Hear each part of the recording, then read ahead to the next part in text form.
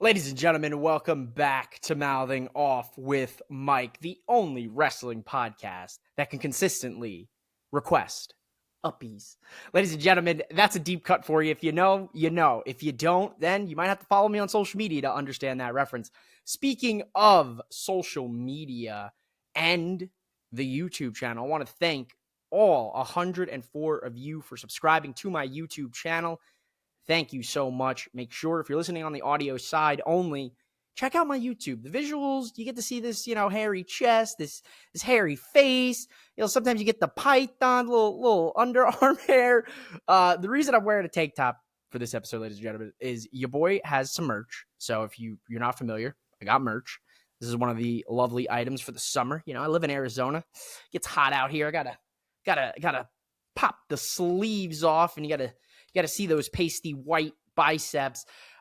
So if you're interested in any Mouthing Off with Mike merch, check the description of this episode, audio and the video side on YouTube. This week, we got a lot to talk about, ladies and gentlemen. We got the semifinals, King and Queen of the Ring. The injury bug bites once again in 2024.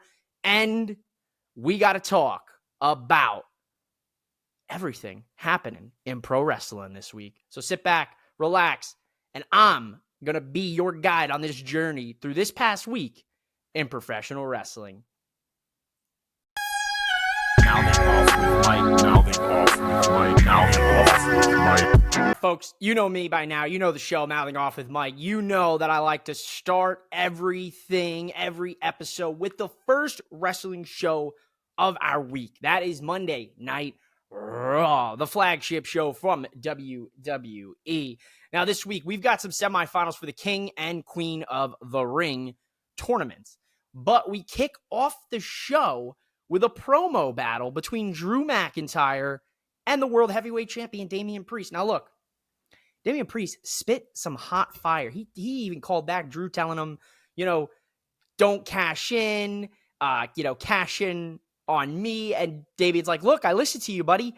Great stuff here. Priest cooked on the mic. A lot of people kind of in the between when it comes to Priest's title run right now, but I'm enjoying it. Look, we don't expect Priest's title run to go through the summer. Now, at least I don't. Now, if it does, hell yeah. Shout out to Priest if it does. But I already see the title run coming up short.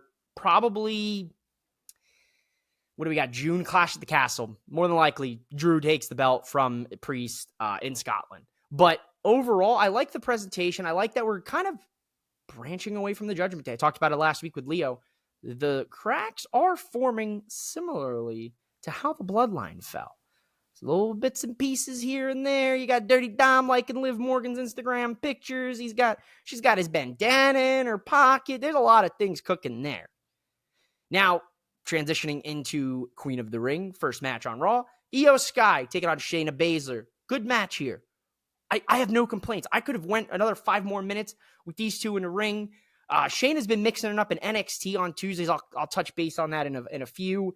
And she's kind of been working with Lola Vice and Carmen Petrovic and Natalia. So it's kind of been cooking there. Shayna is a woman on WWE's roster that I think is severely underrated. And I would love to see her get to the next level in 2024 for the rest of this year. Io Sky wins. Really predictable here. I felt Io Sky was a clear-cut favorite to win this whole tournament, and she still progresses through the tournament. Gunther took on Kofi Kingston. Now, the story is this. A couple weeks ago on Raw, Gunther and Imperium, Ludwig Kaiser, they took out Xavier Woods. This also ended up being Giovanni Vinci's last straw, and he was kicked out, and he got drafted over to Raw. Now, Woods is out of the King of the Ring. He's the current reigning King of the Ring, Now, Kofi's got some added motivation in this match against Gunther, which was a fantastic match. Gunther got the win, and this is where things, for me, kind of felt clear and cut. I figured, all right, Gunther going to the semifinals, he'll be the participant on the Raw side. Who he faces, clear-cut betting favorite was going to be Ilya. We're going to touch on that a little bit here. Just give me a few minutes. Big Bronson Reed beat Akira Tozawa. Chad Gable absolutely despises Tozawa and Otis. Otis lost to Sami Zayn. And then we've got another Queen of the Ring quarterfinal match. Lyra Valkyria taking on Zoe Stark. Another solid match. A little bit shorter than what we saw with Io and Shayna. Zoe looked great. Lyra looked even better. Lyra gets the win. She's moving on. It will be Io Sky versus Lyra Valkyria next week on Raw, on the Raw side of the bracket, to determine who will take on the SmackDown women. Now, Becky Lynch, Dakota Kai had a match, ended in a no contest. Kind of a lot of shenanigans there. Liv Morgan getting involved, as she should. We've got Liv and Becky in 2 weeks at King and Queen of the Ring for the Women's World Heavyweight Championship. Betting favorite, Liv Morgan, I would say, is going to win the Women's World Championship. Judgment Day, taking on New Catch Republic, taking on the AOP, taking on the Creed Brothers to determine a number one contender to the World Tag Team titles and Awesome Truth. Thanks to Carlito, we've been seeing kind of mixing it up with the Judgment Day, thanks to Dominic, the Judgment Days, Finn Balor and JD McDonough got the win. They're the number one contenders for the Awesome Truth tag titles. Very interesting kind of dynamic we're seeing here on Raw with Finn and JD and Priest and Dirty Dom. Dirty Dom's kind of pulling in everybody. He pulled in Santos Escobar, a few weeks ago. Now he's pulling in Carlito after Carlito was, exiled from LWO because he attacked Dragon Lee the night before WrestleMania because Carlito was so jealous that he couldn't be in the WrestleMania match with Rey Mysterio. There's your caught up in 10 seconds or less. So Finn and JD McDonough going for the tag titles might lead me to believe the Awesome Truth are going to lose the tag titles. I don't think so. But it's very interesting that Finn and JD going for the tag titles because Dom is hurt right now. Priest is the world champion. Rhea's gone.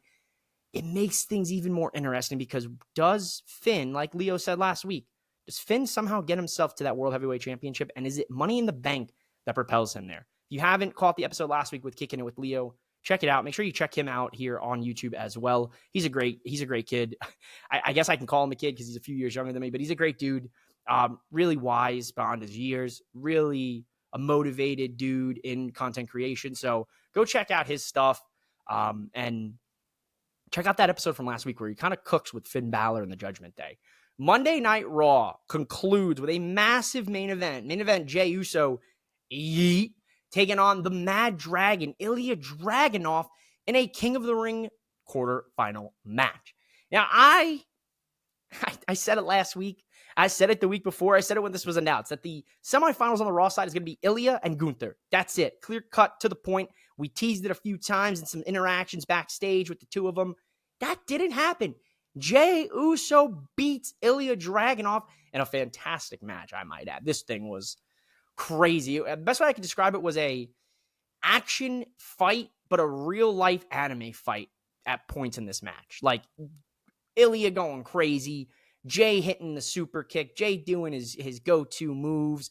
You got Ilya just being intense and just in his face the whole match. Jey gets the win here. I like it. We got Gunther, Jey Uso next week, Raw. Rematch from a couple months ago where Jey Uso took on Gunther for the Intercontinental Championship, but Jimmy Uso screwed him out of it.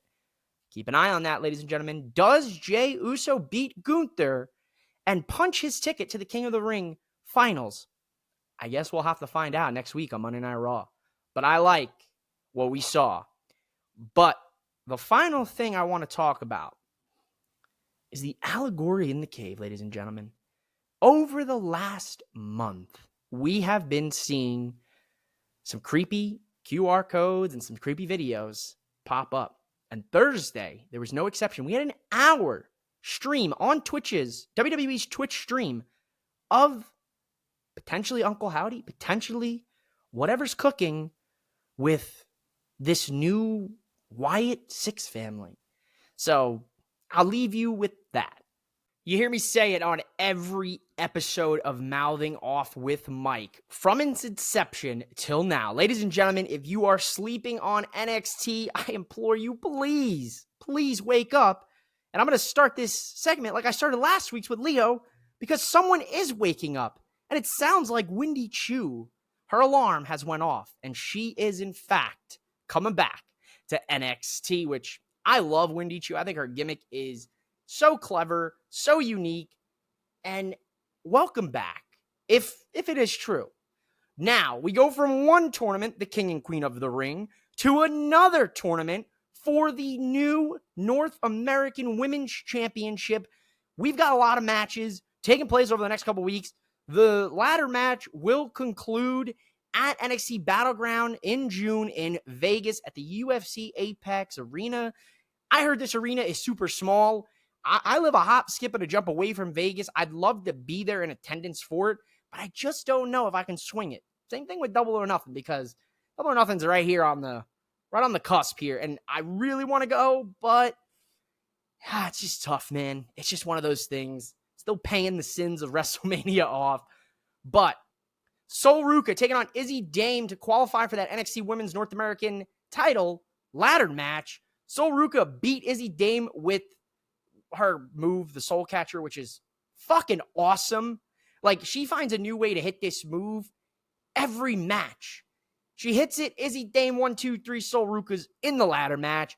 You got Lash Legend going up against Ivy Nile. Love to see Ivy Nile in mixing it up in NXT. She's a super underrated talent. I'm a big fan of hers. I was so happy when her and the Creed brothers got the call up to the main roster. Lash Legend, as you know, ladies and gentlemen, I'm a big Lash Legend fan. We met her at WrestleMania. She's an absolute sweetheart. I don't know if I'm breaking kayfabe by saying it, but she was so cool. She was amazing to Haley. Haley is my girlfriend. Just hit Haley with the, oh, look at you, queen. Like, this your man's, does he treat you well? I got clocked by Lash Legend, ladies and gentlemen. I have been clocked by Lash Legend. So there's your funny story here on Mouthing Off with Mike this week. Yeah, she cooked me. She's like, damn, this your man, he better treat you right. So cooked.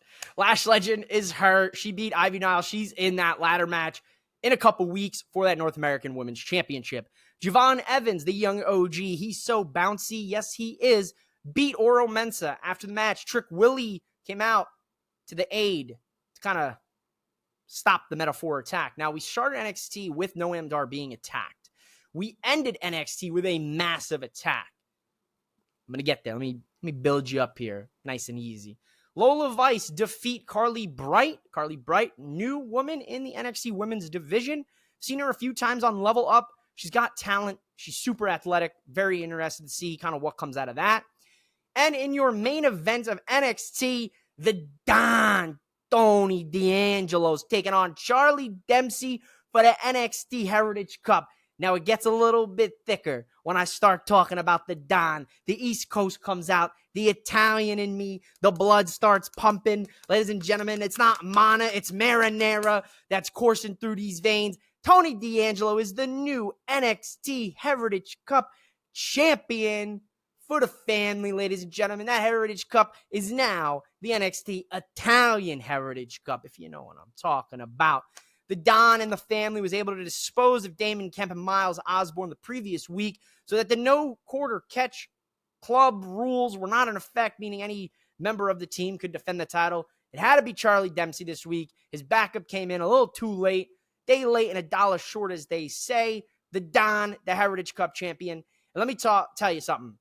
If there's a guy that represents heritage in NXT, it's Tony D'Angelo. Look, the family gimmick is one of my favorites, and that's pure bias. Obviously, I'm an Italian-American. Anytime you give me something, a character, an Italian, even if it's a Don, a mob boss, as long as it ain't something fucking stupid, I'm in, dude. And I think Tony D, he's a guy that I could definitely see transitioning to the main roster at the end of this year, maybe in the middle of this year. But I'm so happy for the Don. The Don, I told you. But I saw you in Philly. I told you, Gabagool's on me when you win a title. So hit me up. Gabagool's on me. Or if you want a cannoli, whatever you're feeling that week. Maybe some raviolis. I don't know. A chicken parm hero. I got you. Gabagool, cannolis, whatever. Just, you know what to do. Hit me up on social media. But NXT, good stuff this week, man. The Don winning a championship for the first time. I'm ecstatic, guys. Come on. What are you talking about here? Let's go ahead and discuss the King and Queen of the Ring quarterfinal matches that we saw on Smackdown. We kick off the show with a cold open, recapping kind of where we started with this King and Queen of the Ring tournament, going through both sides of the bracket, the Raw, the SmackDown, and we kick off SmackDown with Bianca Belair, the EST, taking on Tiffany Stratton, in a fantastic opening match for Friday Night SmackDown from May 17th. These two ladies went out there and they said, we're going out and we're going to tear this place down before you guys can even register what's taking place. Great match here. The Tiffany and Bianca, over these last couple months with interacting with one another, having these matches, they're building chemistry, and I cannot wait for that inevitable day where the two of them are taking on each other for a singles championship, because their chemistry right now, incredible. Tiffany Stratton kind of does what I predicted last week. She goes after Bianca's bum leg that was attacked by Indy and Candice in the first round. Now, unfortunately for Tiffany Stratton, that was not enough to stop the EST, because she was able to hit the KOD after Tiffany went for the prettiest moonsault ever. Bianca tripped her up, got her on the shoulders, one bad knee and everything. KOD, 1, 2, 3. Bianca's moving on in the Queen of the Ring tournament. Next match was for King of the Ring, which saw Tama Tonga, Mr. I don't know what the hell that was. I'll flash that up here real quick for you. My man was speaking tongues, fighting the demons inside. He was just going, I don't know what he was doing. Maybe he was doing his Donald Duck impersonation. I don't know what happened. LA Knight, before the match, had a intense backstage segment with Carmelo Hayes going back and forth at it.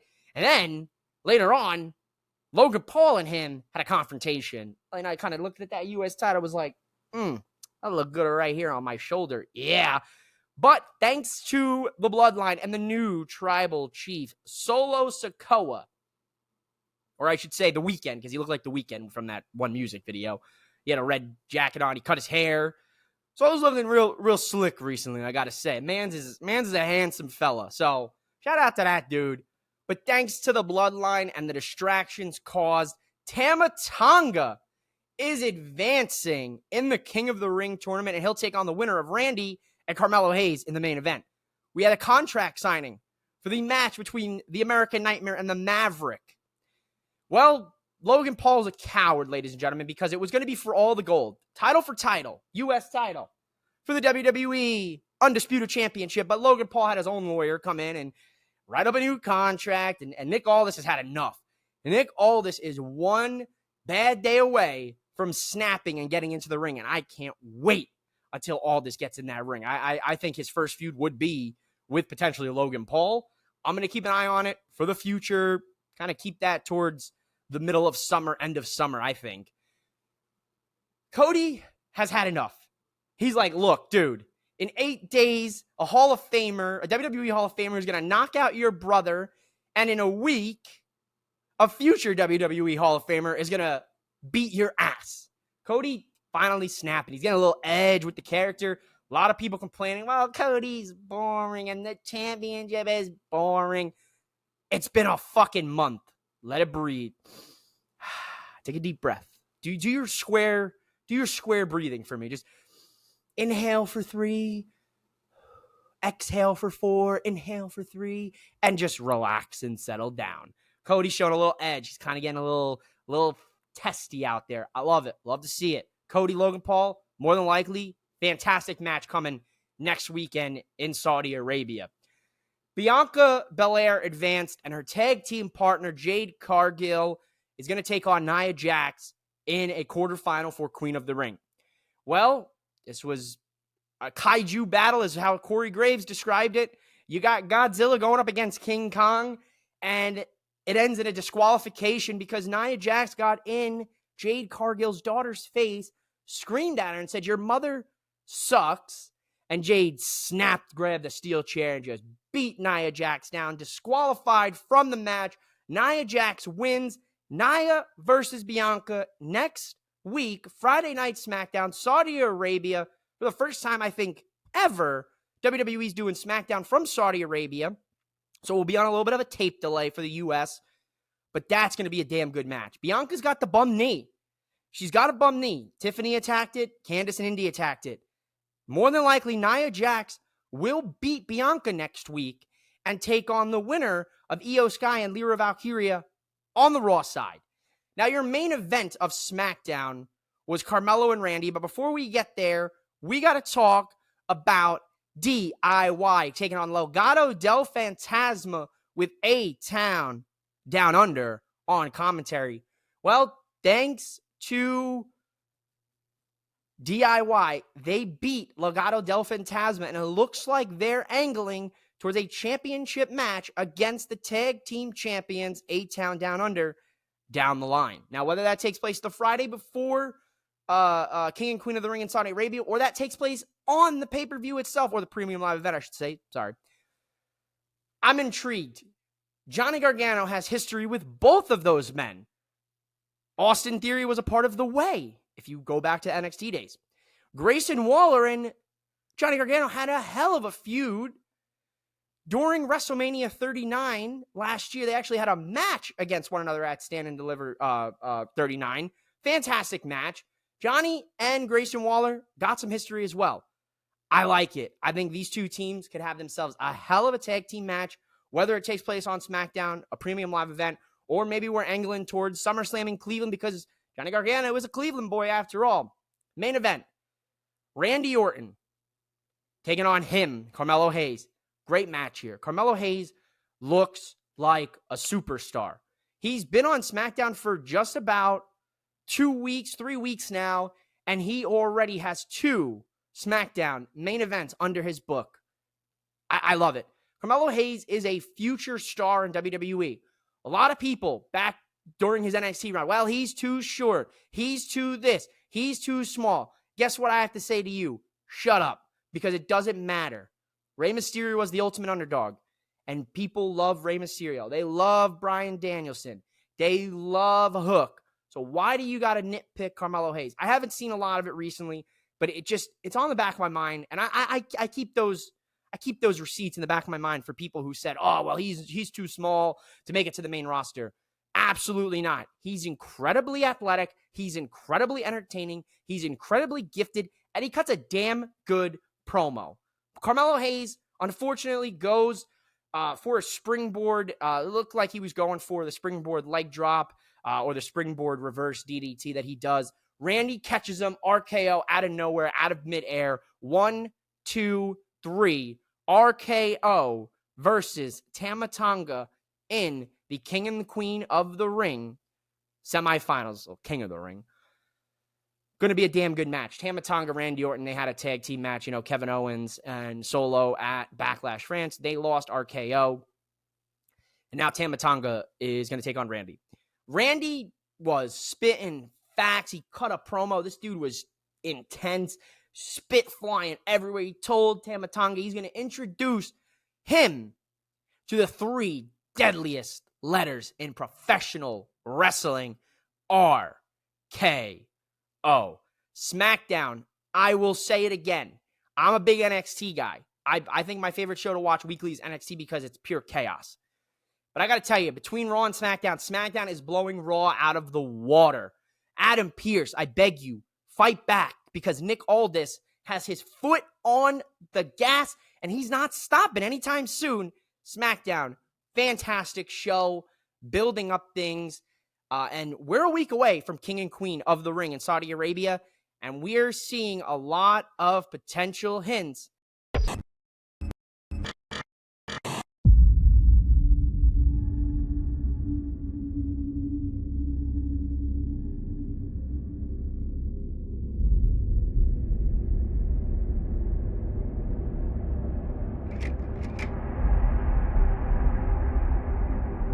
He is nobody.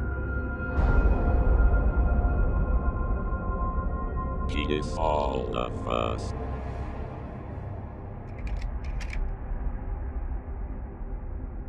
He is nobody.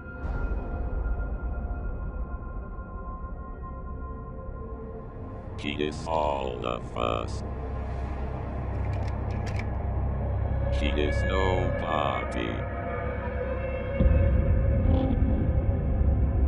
He is all the first. He is nobody. He is all the first. He is nobody. He is all the first. He is nobody. He is all the first. He is nobody. He is all the first.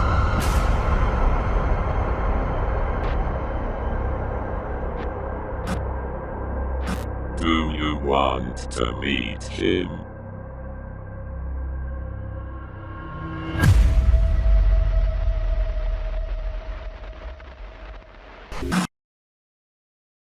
That we might see the reveal of Uncle Howdy or one of the members of this group. Time will tell. I did a whole breakdown with Dyson Bennett. You can check it on my channel. Go ahead and do so. But I'm interested in to see if things get revealed because next week, ladies and gentlemen, Thursday, the 23rd, is Bray Wyatt's birthday. Rest in peace. And Saturday is Bo Dallas's birthday. Something to keep an eye on, ladies and gentlemen. Smackdown, hell of a show. WWE firing all cylinders. Get ready because we're going to go back to basics here in the final mouth off with me. All right, ladies and gentlemen, it's Wednesday. You know what that means. It's time for AEW Dynamite. And this week's episode of Dynamite kicked off with the Blackpool Combat Club's Jon Moxley and the American Dragon Bryan Danielson taking on New Japan Pro Wrestling World TV Champ Jeff Cobb and Ring of Honor World TV Champ Kyle Fletcher. Of course, Jon Moxley, current IWGP World Heavyweight Champion. Love to see that title on U.S. television weekly. Can't even lie. I do. I really do. Quite personally, I do. I know the New Japan fans, the hardcores, they're not a fan of it, but I am. And oh well. We got this match. It was pure chaos to start Dynamite. Blackpool Combat Club get the win, ladies and gentlemen, as expected. After the match, Takeshita comes out, attacks Moxley. We're headed towards Takeshita and Moxley for the IWGP World Heavyweight Championship, and color me intrigued. I would love to see that match. I'd love to see Takeshita win the World Heavyweight Championship for IWGP. Now, we transition into Adam Copeland. He's making his entrance, and the House of Black attack him. They steal his wedding ring. They stole the man's wedding ring. They go back later on the show. They're talking shit. Malachi. Oof. Funny story. I was in Vegas a couple years ago for Double or Nothing. I think it was 22. I'm walking out of the hotel. Malachi walks past us. It's me, my buddy, and my girlfriend. And I go, holy shit, that's Malachi Black. He fucking heard me, dude. And he goes, it's Alistair now. And I cringed for about 5 minutes. I was like, fuck, dude. I blew it. I blew it. Alistair, if you see this, sorry, bro.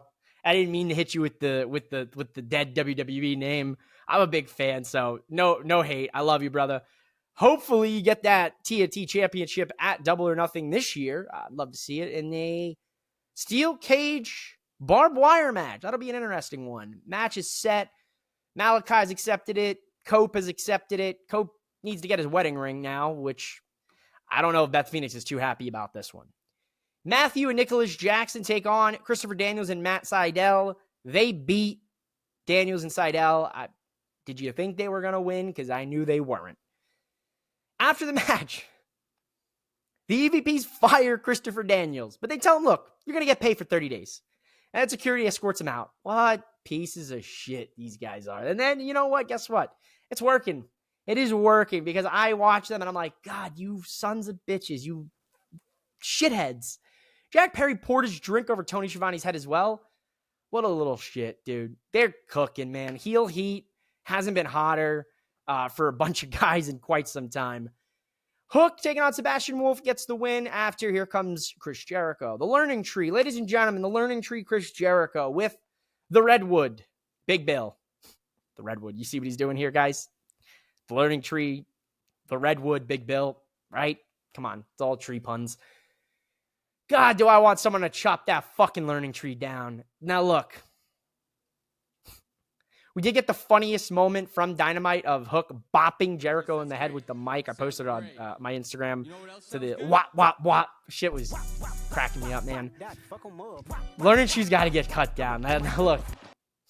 I had someone on the comments of the video tell me, look, isn't that the whole point? Like, you're not supposed to like him? Yes, you're 100% right.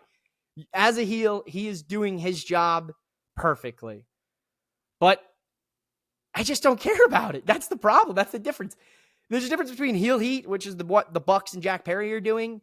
And then there's just the difference of, I'm not inclined to enjoy it. And it's not because the mass populace on social media is against Jericho right now. It's just, I've said this many times. You guys had a whole video, the Jericho-verse, right? We entered the Jericho-verse. I'm just not enthralled. Like, at first, I kind of was like, 2 weeks ago, I was like, ooh, learning tree thing might be good. This week, I was like, ooh, learning tree, definitely not good. Not interested. Kind of bored me a little bit. But positive spin, it looks like Hook might, I hope so. Tony Khan, do it, please. Just for me, if anything. Might be pairing up with Samoa Joe. Shibata wants a piece of the FTW championship in Jericho. But Samoa Joe's telling Hook, dude, what happened to you? Like, a few months ago, I would have said, you're a killer, dude. Like, you're going to be the next, big thing. Pair Hook and Samoa Joe up now. Samoa Joe will give Hook the element that he's missing, and that is a damn good promo. I'm going to be honest with you. I love Hook's promos when he's in the streets of New York. Very, very, street level based. He's there. You feel him. He's a real dude, right? Give me Samoa Joe with him. Samoa Joe as Hook's mouthpiece would be perfect. Because I've said many a times, what Hook needs is a guy like Paul Heyman. Now, Samoa Joe is not Paul Heyman, but Samoa Joe is very damn good at a damn good intense promo. And that's who I think could help Hook drastically. We got Swerve Strickland taking on the Machine, Brian Cage. Good match here. Very good match. When you need a damn good match on Dynamite, throw Brian Cage in the mix. He's going to give you a damn good match. After the match is where things get interesting. Swerve wins. He goes and starts beating down Brian Cage with the chair. He's got his arm trapped in the chair. He's ready to pop his shoulder. But here comes Christian. And Nick Wayne hits Swerve over the head with a photo of Swerve's family. That receipt was coming back. Swerve did the same thing to Nick Wayne at Darby Allin Nick Wayne's family home and his training garage just about a year ago. Did the same thing to Nick Wayne. Busted him open just viciously. He was fucking leaking. Nick Wayne was.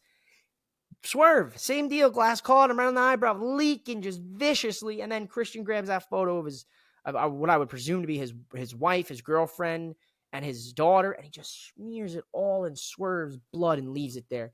Christian Cage, new running now for Hater of the Year, because my God, that was vicious. Timeless Tony Storm taking on Harley Cameron. Solid match here. Harley Cameron, 2 weeks in a row on AEW television. 2 really good matches. Harley Cameron proving the haters wrong. Keep doing it, girl. I enjoy her like loony, off the walls, unhinged gimmick. I think she's very entertaining. And she's proving to people who have said like in the past, like, oh, she's only there for her looks. She can wrestle, guys. Sure as shit. What happens when you let a wrestler wrestle? They put on some good matches. Timeless Tony Storm got the win. Didn't expect anything else here from that segment. Timeless also cut a really damn good promo this week. She's just hitting her stride with this character, guys. Timeless Tony might be the most entertaining wrestling character right now. Like one of. Like definitely R-Truth's up there for me. But like comedic relief, Tony Storm, man, she's in a level of her own right now. TBS Championship match contract signing. CEO, Mercedes Moné, Willow Nightingale. Willow puts Mercedes through the table. The contract has been signed, ladies and gentlemen. Everyone and their mother is thinking that Willow is going to lose this title to Mercedes Moné. She's not. Britt Baker's coming back. She's going to cost CEO the match. What's a bigger match? than DMD versus CEO.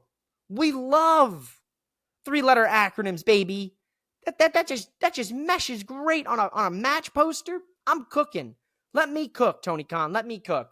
Give me CEO, DMD, grudge matches over the summer, baby.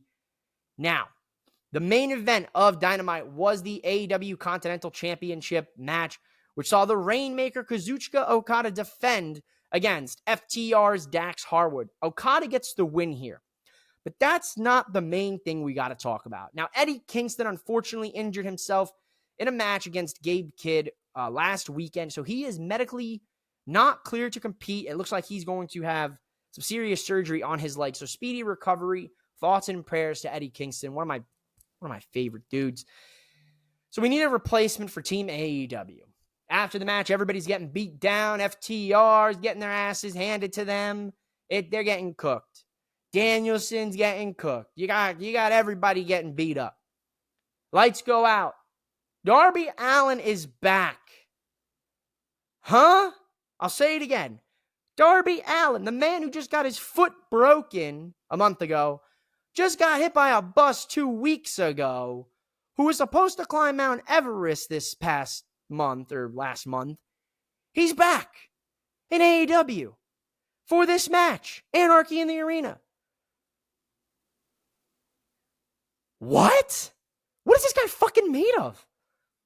Like, how many lives has he got? He's like a cat, bro. I'm gonna let me see here. By my calculations, this dude has like 4 lives left, 4 or 5 lives left, and he is burning through them. Okay, Darby Allin's in the match. Fuck it, we ball. Dynamite. Okay. Not the greatest Dynamite, but it advanced all the stories that we need, and we need for Double or Nothing. The Double or Nothing card right now is at, I think, 6 or 7 matches. If we keep it at 8, Tony Khan will be the happiest person on this fucking world, because I can't do a 16 card pay-per-view. I know that sounds corny as hell. You know, I know you're paying $50 for the pay-per-view, and I know you want your money's worth, but hear me out, guys. I can't sit through 5 0-hour matches plus 10 main card match. I can't do it. I can't. Quality over quantity. Triple H is going in the direction of 5 matches per premium live event. I think that's too small. I think the happy medium is 6 to 7. 6 on the main card, 1 match on your pre-show. For Dynamite, for AEW purposes, I'll argue you could do 2 on your pre-show, keep your pay-per-view 8 to 9 matches, and I'm a happy camper. Like, 8 matches ideal. I'm very intrigued with Double or Nothing. It's got me tempted to go. The matches look good. Things are heating up. AEW, there's been questionable booking decisions, but for the most part, they're putting on good shows. Contrary to what you may see on social media with the ratings, mathematicians, don't believe it. If you watch it, if you enjoy AEW programming, you'll enjoy the shows. Dynamite, good. We have Rampage Collision in a 3-hour block on Saturday. Due to time constraints, unfortunately, I will not cover it, but it also looks like a pretty solid 3-hour block on Saturday night. Also, AEW has been testing this for the last couple of weeks, because I think whenever their TV rights deal is announced, I think we're going to see a weekly AEW show at 3 hours. Now, I don't know if that's going to be Dynamite. I don't know if that's going to be Collision on Saturdays. I don't know if Rampage will even be a thing anymore. But I have this funny feeling that 3 hours of AEW programming is not too far in the distance. Let's get into the final mouth-off, ladies and gentlemen, because the injury bug is back, and that motherfucker is biting us hardcore right now. It's back, ladies and gentlemen, in its full glory. There's no Mike's memorabilia moment this week. I'm sorry. Sad noises, sad Italian noises here. But Mike's memorabilia moment will be back next week on my King and Queen of the Ring match card predictions, which I'll go through. If you've seen the show, you know I like to go through the match card. Usually I got some guests. We give our picks for the match. Whoever gets as many picks gets bragging rights. I'll be joined, fingers crossed, by good brothers Brandon and Hugh of Championship Culture, where they're going to show me their memorabilia. And if you know anything about Championship Culture, you know they love their championship title belts. That's why this is here from previous video I recorded with them The right belt, but the wrong time. Make sure you check that out on their YouTubes. I'll link it down below. But in this week's Final Mouth Off, we got to talk about the big ouchies, ladies and gentlemen. The injury bug is fucking back. And it is. If I could squash it, I would squash it. Because we are losing wrestlers left and right, ladies and gentlemen. Look, we know Seth Rollins was dealing with some knee stuff. We know CM Punk was hurt. Drew McIntyre got hurt. Rhea Ripley is out of action. Zelina Vega is out of action. Ivar is out of action. Bobby Lashley is out of action. Powerhouse Hobbs is out of action. The list keeps going on and on. Asuka is out of action here. Charlotte Flair is out of action as well. Carmella, Alexa Bliss, they had children. It was reported that Carmella is dealing with some complications. I'm not exactly sure what it's called, but I know it has to deal with her pregnancy and something in the nerves in her foot. So speedy recovery to Carmella. Alexa Bliss, I think, might be on the horizon to come back soon because we've been seeing a lot of teases with Uncle Howdy, and we've been seeing a lot of things that may lead to her being involved. Now, I can't say that for sure.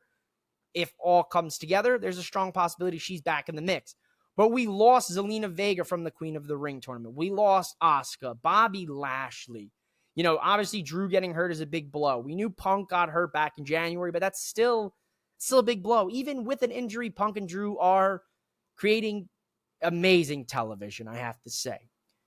These injuries, man, it's a very vicious cycle. Obviously, Darby Allin's included in that list. Broke his foot a few months ago, back in March. It was like right around that time frame. He had his match against Jay White on the big business when Mercedes debuted. Broke his foot.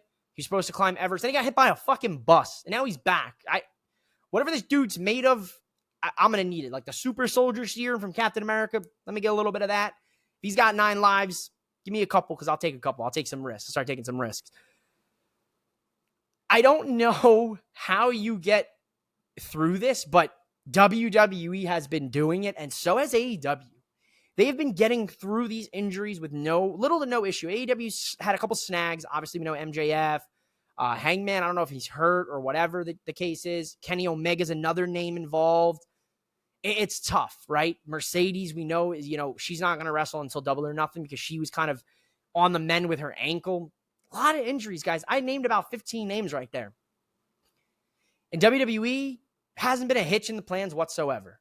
They have just been keep momentum. It just keeps rolling. Stars get right inserted into these matches. There's logic induced, and they keep going. And it's working on all levels. Ladies and gentlemen, I have to say, the injury bug, though, is a very unfortunate cycle in pro wrestling. It happens, guys. Injuries are freak. They can happen. You could walk and step the wrong way and tear your ACL. That could happen to you or I. Let alone wrestlers who are constantly wrestling on the road, on tour, wrestling multiple matches per week, doing independence in the case of AEW talent. Shit's going to add up, and shit happens, man, and it's sad to see. I hope that these superstars come back healthy and strong, and I hope that they can kind of get inserted into whatever stories they may have missed, but, injuries happen, and unfortunately, as they say, the show goes on. But I wanted to, touch on that because it's a damn shame, man. Like Zelina Vega, Queen of the Ring currently, wasn't able to compete, in the second tournament. Hated to see it. Hated to see Bobby Lashley get hurt in that tournament. Hated to see Drew get hurt. Seth, CM Punk, all of those names. Every single name I mentioned. I hate to see them hurt because they're so freaking talented and they're so young. Well, some of them. That you just don't want to see them have any sort of derailment in their careers, especially when they're booked very, very well on television and within their own companies. The other thing I want to talk about here in the final mouth off, I touched on it earlier, the learning tree. Man, somebody's got to cut that tree down. Please cut it down. It's not working. We're not getting a Jericho Fozzy tour until September. So until that happens, we got to deal with this. And yes, as a heel, he makes me not like him. Yes, that's good. You want that in pro wrestling. What I don't like about this is that I'm not interested. It's the difference of he's good at what he does, Jericho. But at the same time, what he's doing is just not interesting to me. And if that's the whole point of the character, then fuck, he worked me. He wins. he wins. I'll eat my words. I've ate my words a few times on this show. I'm not afraid, guys. I'm not afraid to say, an opinion and change my opinion on it when I see things progress. The learning tree right this moment, not doing much. It's sucking the momentum from Hook, as I said it would a few weeks ago. Shibata's now sucked into the Jerichoverse. Big Bill really wasn't doing anything because he was Ricky's partner. And I'm okay with Big Bill and Jericho. That works. It's okay for me. Ricky Starks, on the other hand, not sure why he's not on television. He's not injured. He's still under contract with AEW. We've been seeing a lot of different reports and rumors pop up about his potential availability with AEW. Even himself, he does not know why he's not on TV. And that is a damn shame, ladies and gentlemen. Ricky Starks is a guy that would thrive right now in AEW with all the injuries we've been seeing. So hopefully they figure it out, because if not, Ricky Starks will be in WWE when his contract expires. Ladies and gentlemen, that's it for this week's show. Make sure you stay tuned to my social media for all of the announcements, for my schedule, for Queen and King of the Ring video, my Double or Nothing predictions as well, since they're both the same weekend. I should have my King and Queen of the Ring predictions out by Wednesday or Thursday of next week. Double or Nothing should follow that Thursday or Friday, whatever comes first. So if Wednesday you get King and Queen of the Ring, Thursday you'll get Double or Nothing, right in time for the premium live event and pay-per-view in next week. That's next week. Shit, it comes up quick. So there you have it, ladies and gentlemen. As well, I do have some merch. You saw me wear it the whole show, this lovely tank top. Grab my merch if you want. If not, I understand. But if you want to show some love, support Mouthing Off with Mike, I got some tank tops. You got different colors. I have the shirts as well. The logos are not just red, the classic Mouthing Off with Mike logo you've seen here. I've got different colors: yellow, black, green, pink, blue. So whatever color you want to rock, I got in stock for you. There you have it, folks. Make sure you subscribe. In the comments, tell me your thoughts on Chris Jericho and the Learning Tree. Make sure you like the video and follow me on social media. I'm out of here. Ladies and gentlemen, go out there and enjoy pro wrestling. Mouthing off with